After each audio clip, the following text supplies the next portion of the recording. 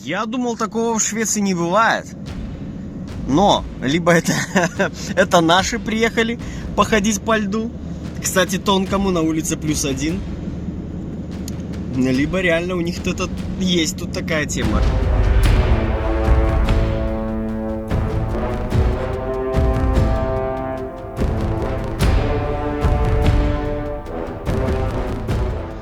Когда находишься внутри, такое ощущение, что просто идешь по льду. Ты где-то не на пароме.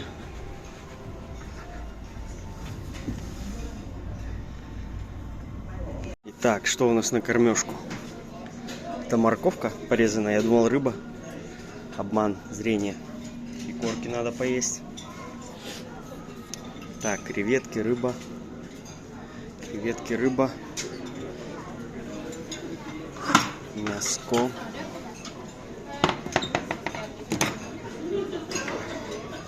Ну такое. Холодные еще прикуски. И скудные салаты. Капуста есть, то хорошо. И выпивка алкогольная без. И десертов что-то мало. А тут съели уже половину.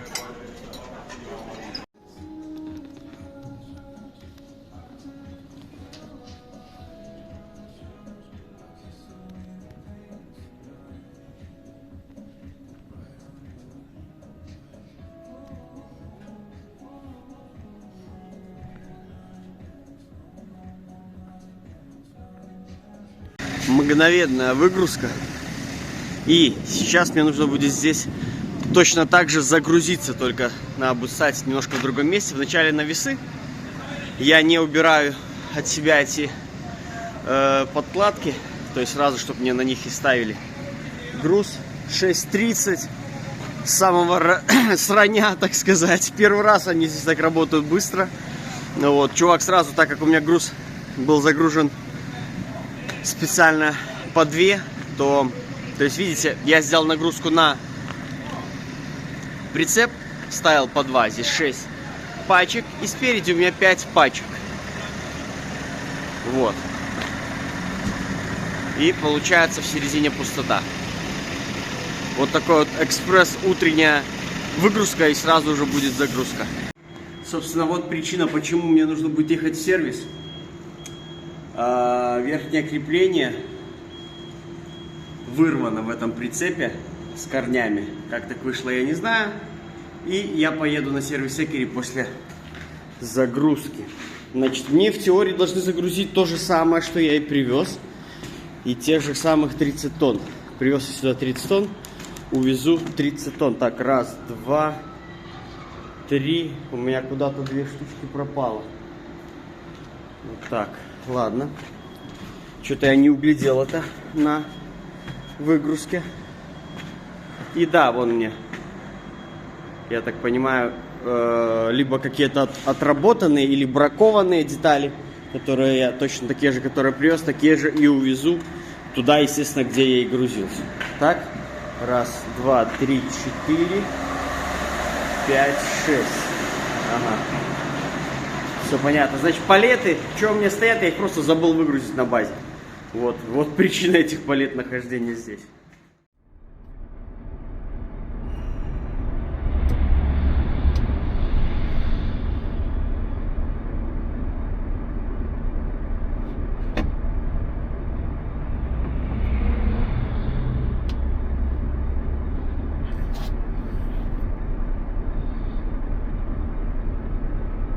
Не габарит огромный, что они пытаются тут делать, повернуть, я так понимаю.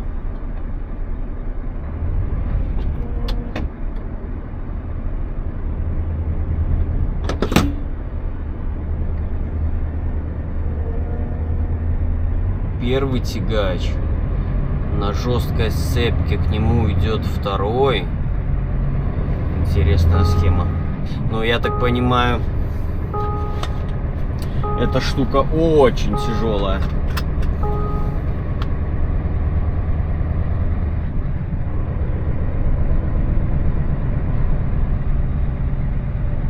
Куда-то они на какой-то, наверное, что-то на какую-то станцию или для чего это.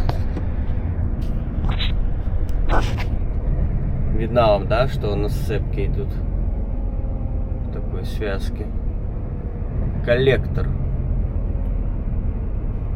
Такой вот коллектор.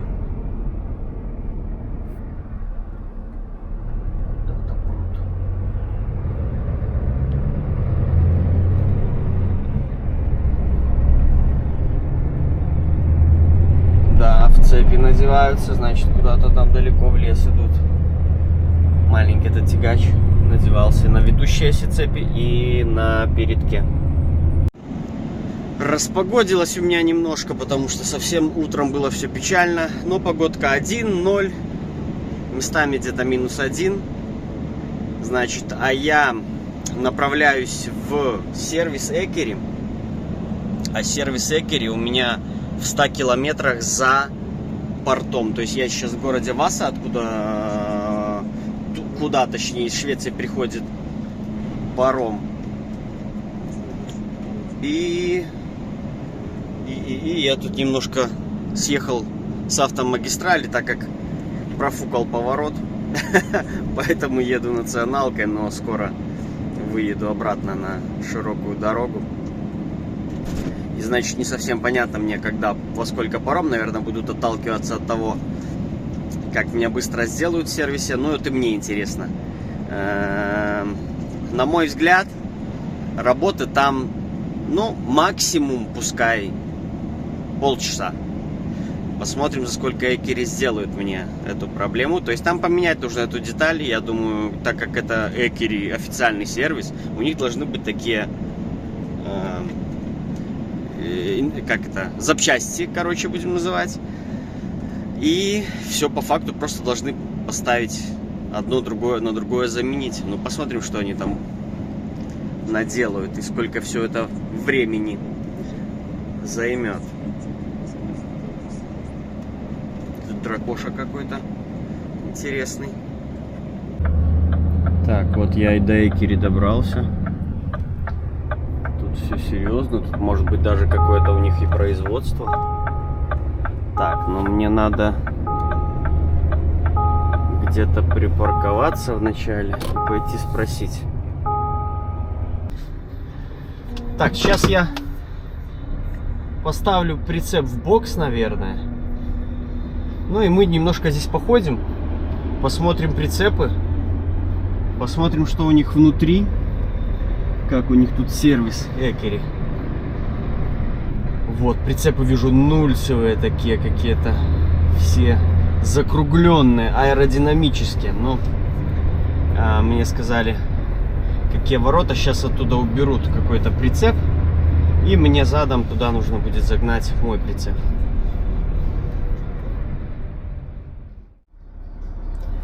Боюсь, что меня сейчас заставят расцепляться в боксе. Я надеюсь, этого не будет. Как-то мне с 30 тоннами особо не хочется расцепляться. Может, прокатит и так. И что-то мне сказали, ворота откроют, выгонят прицеп, я заеду. Но ворота открылись, оттуда выгнали прицеп, но я никуда не заехал, ворота закрылись. Жду пока. Все-таки открыли мне ворота. И сейчас... минута истины будет. Расцепляться мне надо или не надо. Они в курсе, что делать нужно меня быстро, так как я могу опоздать на паром. Я немножко криво поехал, но ничего страшного. Смотрю, я в дверьку открыл, потому что в зеркало я ничего не вижу. Оно грязное.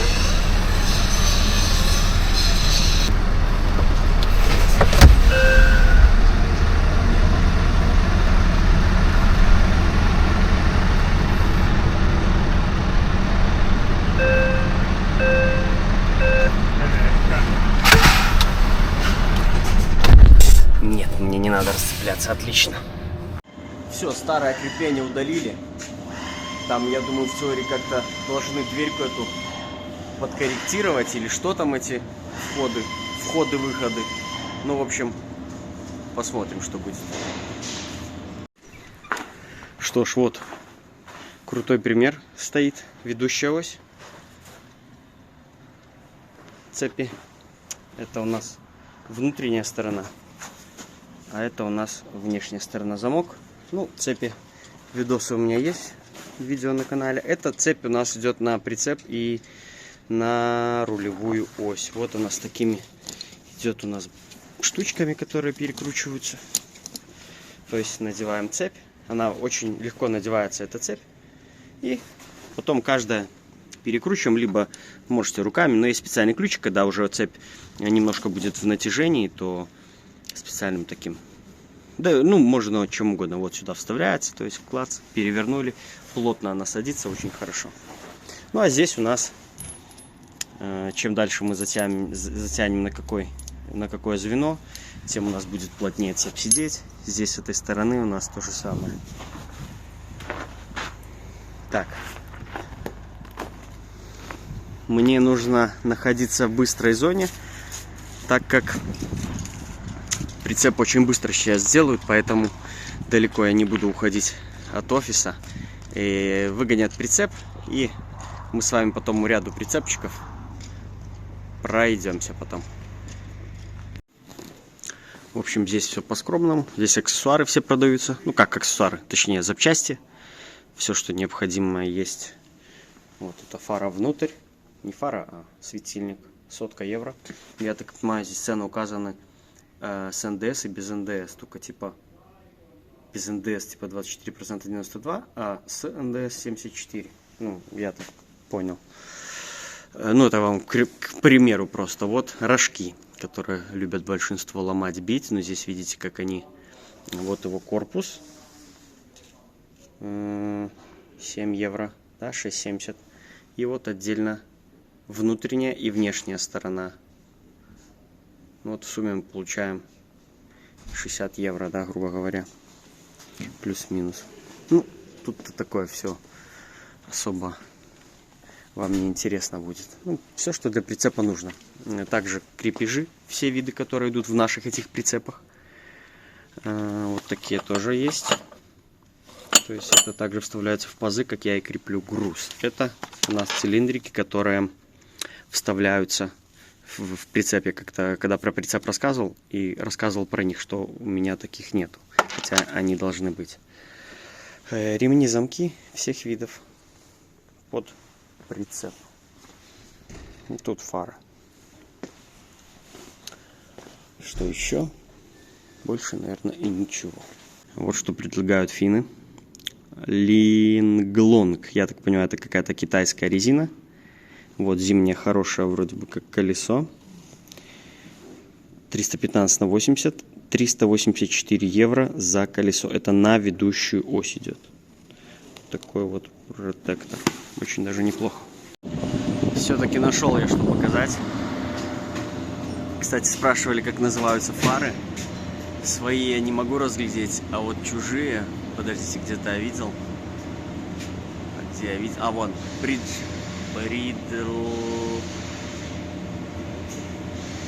Во. Broadlight. Как-то так. Есть такая компания. Но это какие-то такие же, как и у меня. Похожие.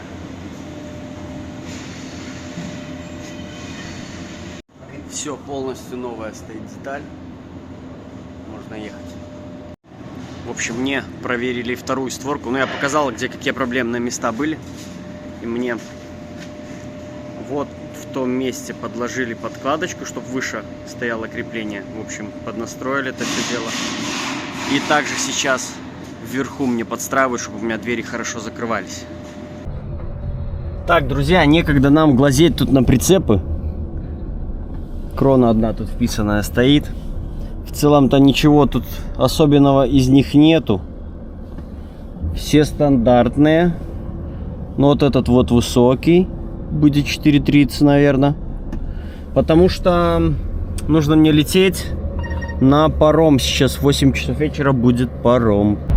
Мне поменяли две верхние петли, которые цепляются за замки наверху прицепа.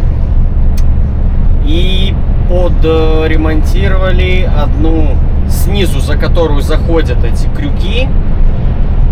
Там они сняли эту деталь и подложили пластинку под низ, потому что она была просевшая. И в данный момент у меня дверька закрывается идеально с обеих сторон. И еще единственная будет проверка. Я когда выгружусь, так как прицеп у меня сейчас груженный, я выгружусь и вот в транспортном положении на ровной поверхности я проверю еще раз закрыть все открыть дверки. То есть, если все идеально сходится, значит шикарно.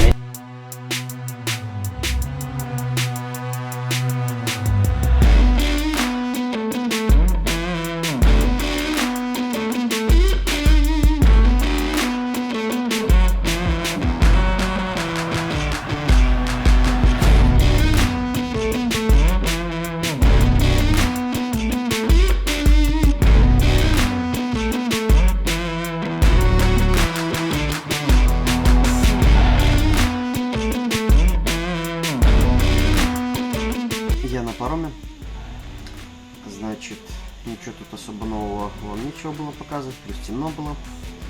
Завтра выгрузка, загрузка и, возможно, перецеп. Да, придется мне отдать свой супер отремонтированный прицеп. Ну и подробности уже расскажу вам, когда сам буду знать что-то более подробно.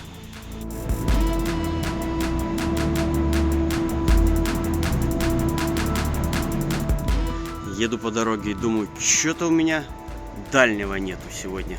От слова совсем. Да, и действительно, чего это у меня его нет. Так, я на выгрузке. Жду конвой и поеду выгружаться.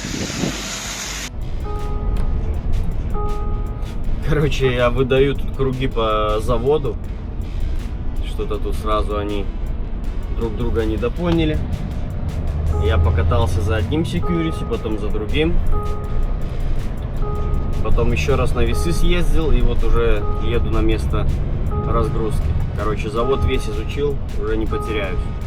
Ну, это не завод, тут, как я не знаю, производство, добыча. Все подряд здесь, короче. В общем, загрузился я в Скелефтее в 4 местах. Еду сейчас на какую-то 364-ю дорогу.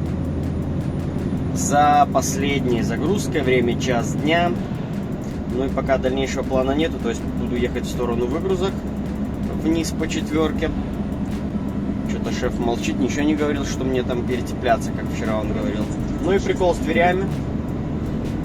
Выгрузился я, прицеп выровнялся, и я не смог их закрыть.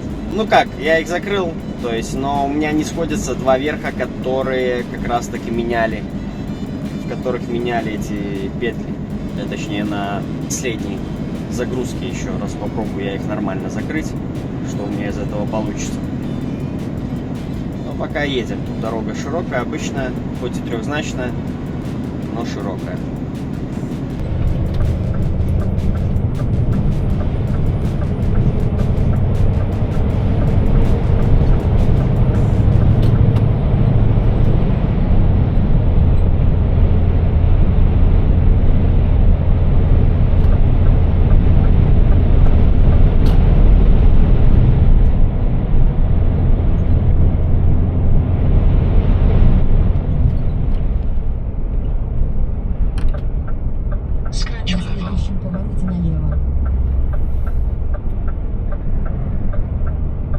Так, куда нас тут ведет наша дорожка? Ну, здесь уже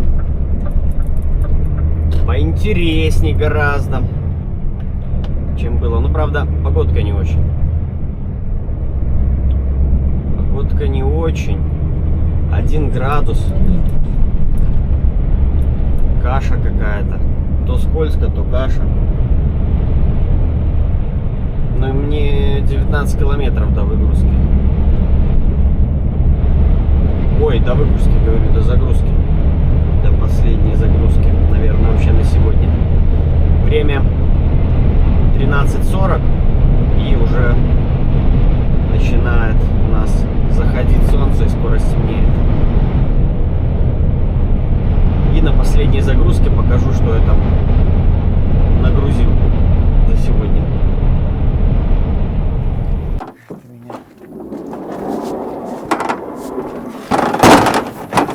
Вот оно, наконец свершилось.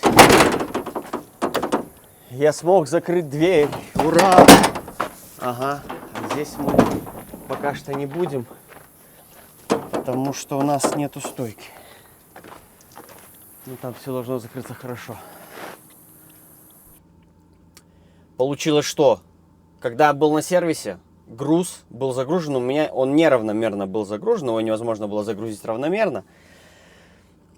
И где-то, то есть, как-то что-то прицеп был, я не знаю, кривой. И, собственно, вот они отрегулировали так, как было. На ровном стояли в сервисе, все. Но вот как выгрузил я этот груз. Ну, правда, и сейчас у меня немножко груз больше туда выходит. На правую сторону, то есть. Ну, это не должно быть так, то есть, в любом случае.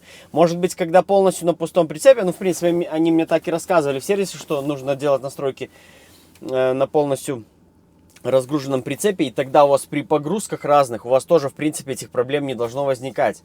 Там попало, там не попало, то есть все как бы четко должно заходить. Но вот у меня, так как в кривую пришлось это сделать, по-быстрому все, потому что у меня паром был, вот, то вот вышла какая-то немножко ерундовина. Но я хотя бы понял теперь, в чем причина первой створки. Ну и вторая створка то же самое будет. Там просто идет он либо ниже, либо выше. То есть получается, он идет, скорее всего, выше. И он не попадает в паз, а проходит мимо и просто как бы закрывается. Так? Вот. А его нужно подогнуть немножко вниз, и тогда четко будет заходить все куда надо, короче. Так, что-то мне сказали 10 минут, и нету никого.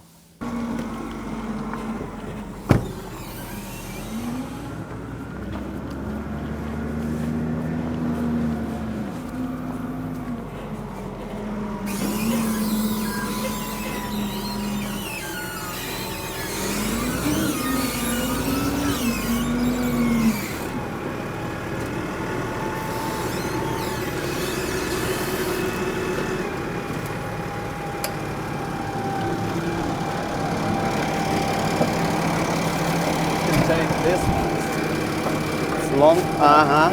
take one and the other.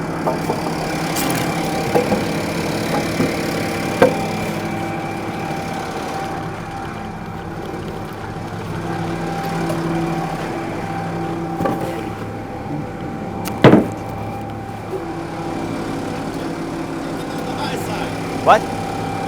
Ага.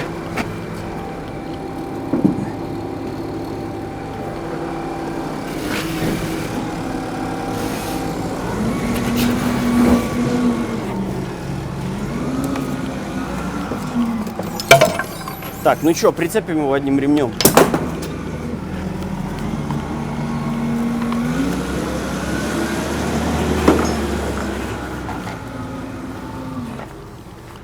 Так, возьму я красные уголки, на всякий случай, чтобы не подмять какие-то модные упаковки. Бывает такое, что... Так, как оно у меня тут было. Это так, это вот так. О, так, вот это еще можно немножко мне засунуть.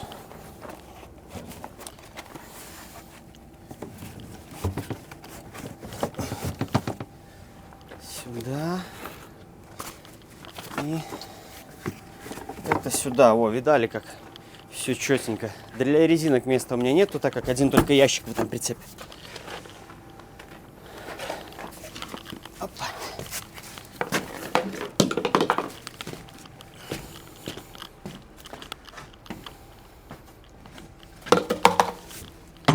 Где-нибудь посередине его подцепить.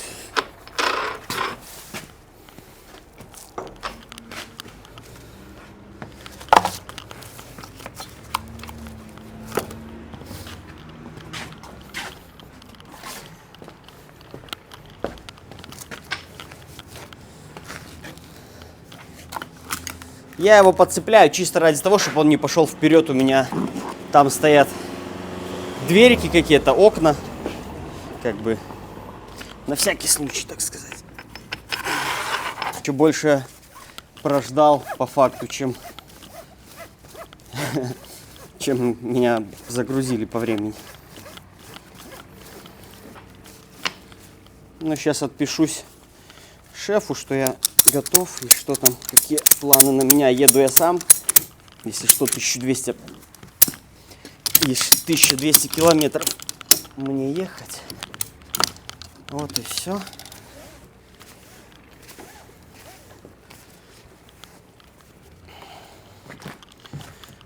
Отлично. Ну что, закрыть удачно двери. Задача.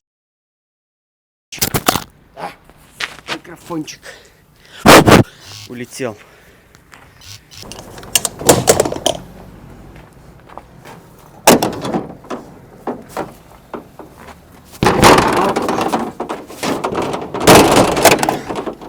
Все, здесь шикарно все. Отлично, отлично. Девушка даже на бусе загружается.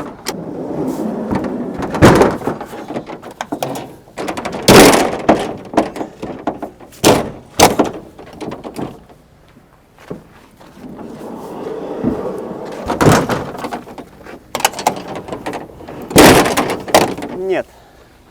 Все, я не знаю, что с ней делать. Нахер. По весам, кстати, вышло вообще четко. 5 тонн почти на руль. На следующем повороте налево. 10 на ведущую и 10 на прицеп. Короче. Изменение маршрута.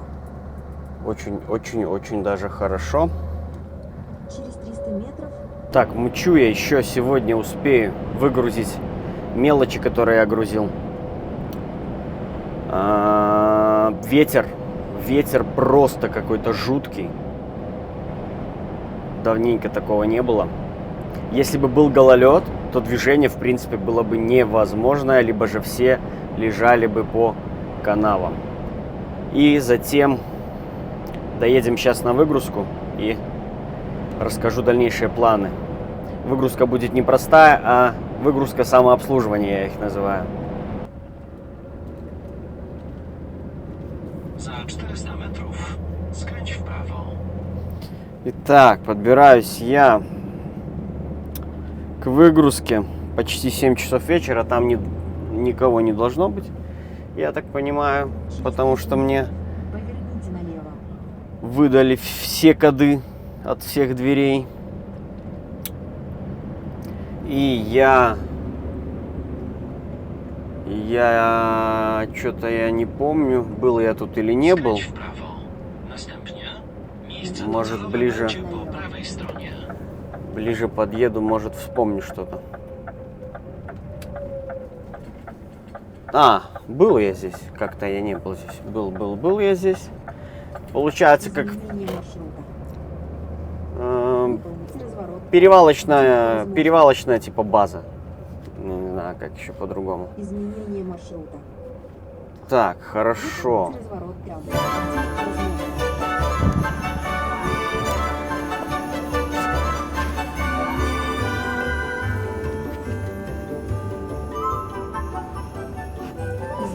маршрута. Выполните разворот прямо. Где это возможно?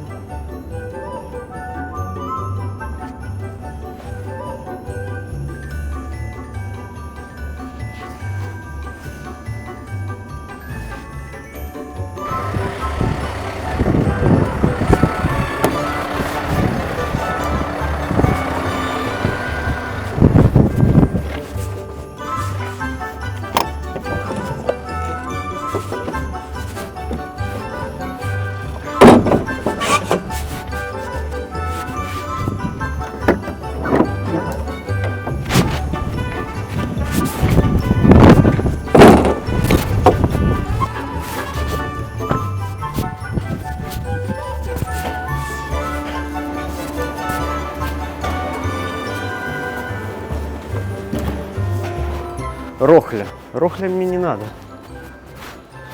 рухли вывозить это сами. Вот. Целая банда тут стоит. Берем самый большой. Отлично.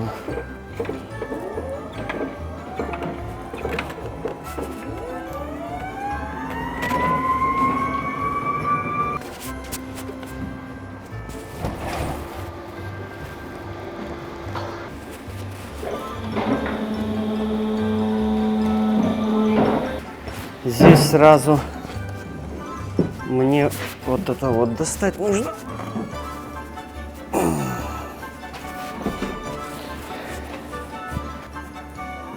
О.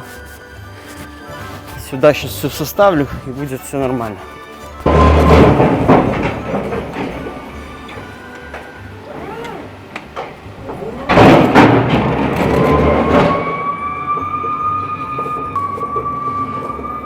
В общем, сейчас я здесь выгружаюсь, а затем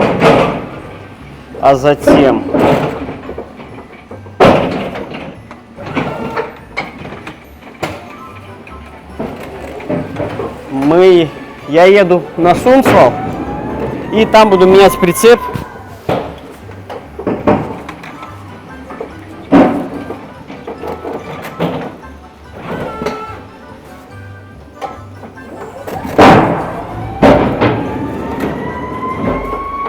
Я перецепляюсь и еду в Норвегию. Отлично, просто. На Бода, там посмотрим. В четверг я выгружусь.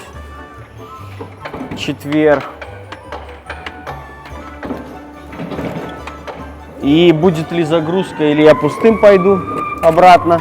Потому что дело идет к Рождеству. Непонятно вообще, что там, как там будет. Но это мы все увидим. Уже скоро.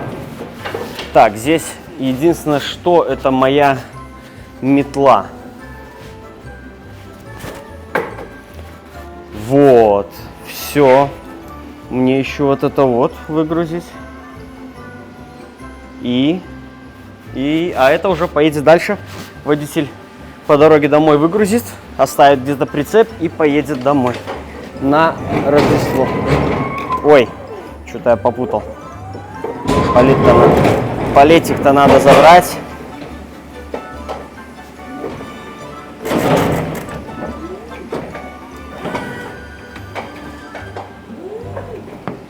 Так, я понял, что здесь у нас еще творится.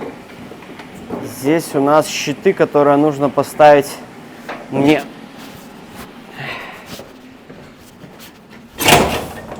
Вот это вот надо мне поставить сюда. Вот так. Перчи забыл. Руки придется мыть. Итак, день третий, -2, 6 утра. Качаем воздух. Подготовил документы, чтобы отдать коллеге. Документы на прицеп, документы на груз. И будем выдвигаться. Добрался я до мойки, где ждет меня прицеп. И прицеп будет тот, с которым я начинал в этой компании. Значит, кто помнит, с этой надписью Эцбин. И плюс этого прицепа, что у него поднимается с кнопки мост. И это хорошо. Поменялись мы прицепами. Мне еще нужно было перекручивать входы воздуха, так как на этом прицепе другие. И все, коллега поехал в сторону борта на Рождество домой, на католическое.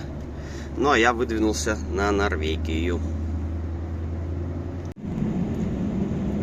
-18 у нас, мы на 45-й дороге. И вот по такой дороге ехать шикарно. Целый день, 2-3 месяца, год по такой дороге можно ездить. Никто не тянется. Чистое стекло. Зеркала, правда, я с утра протер, но что-то чуть-чуть они какие-то стали мутноватые.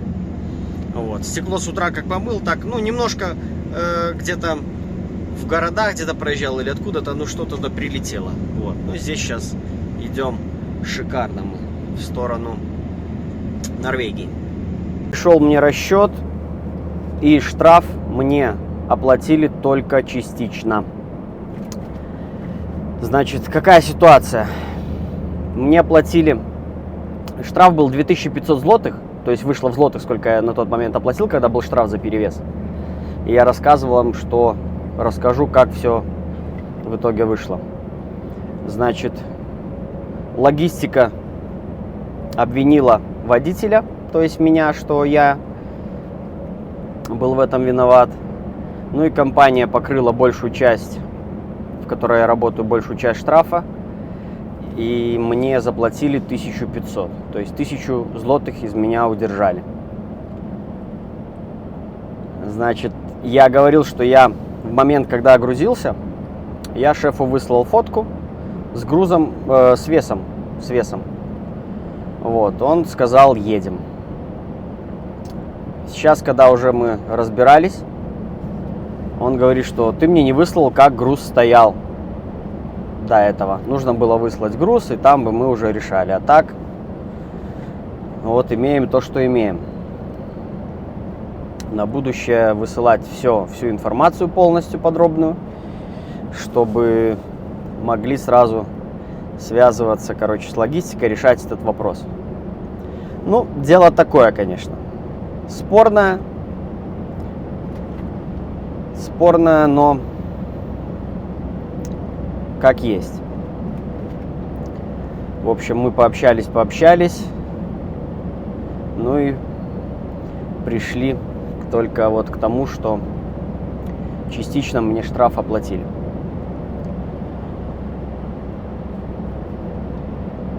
Что я могу по этому поводу добавить?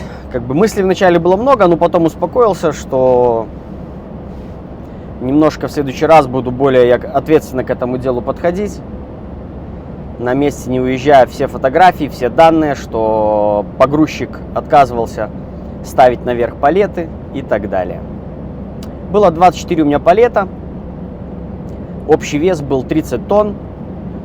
Вот. Ну и если по 2 палета было ставить на весь прицеп, 24 палета, ну это широкие, большие палеты, не европалеты, то выходит у вас на заднюю часть прицепа перевес. То есть я, когда уже перегружали меня на Вегвесоне, я один палет поставил вперед и один палет поставил еще наверх, чтобы ровно вышло у меня 24 тонны на прицепе и 19 тонн на седло. Вот, собственно, друзья, такая вот история. Поэтому всем совет, где бы вы ни работали, как вы ни работали, если вы даже в хороших отношениях там с шефами и так далее, всегда на максимуме прикрывайте точнее свою жопу. Желательно это не по телефону подтверждение, а в виде смс, что да, все, едем, там ответственность берем там на себя и так далее, чтобы у вас просто потом не возникало вообще никаких разговоров. Вот так. Ну, а я в Норвегии выгружаюсь, пустым еду обратно в Швецию, в город Сорселе, будет у меня загрузка 20 получается, какой у нас, 22 как раз таки утром я загружусь, и выгрузка у меня будет аж 27-го в среду следующей недели, потому что будут выходные дни, понедельник, вторник, по крайней мере в Скандинавии, в Швеции. Хожу по автосалону, пока жду выгрузки, и нашел кое-что эксклюзивное.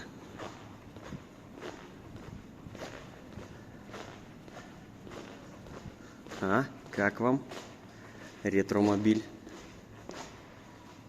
Нет, это Opel 1912 года. Вот вам информация. Делайте скрин и переводите. Что это за аппарат?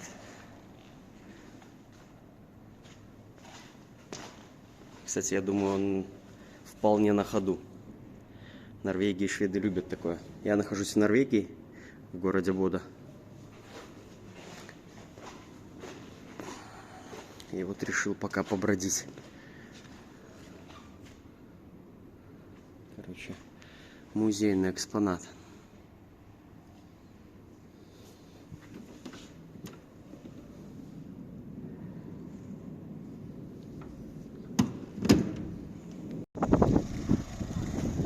Два часа дня. У нас 21 число, завтра 22. Самый короткий день, ну и в Заполярье как бы он короче, чем везде. Ну а на крайнем севере уже давно полярная ночь. То есть там на часок что-то там светлеется. И на этом все. А я посмотрю, как тут... Короче, пока жду, стою, облазил тут везде все кругом. И... О, потиху выгружают.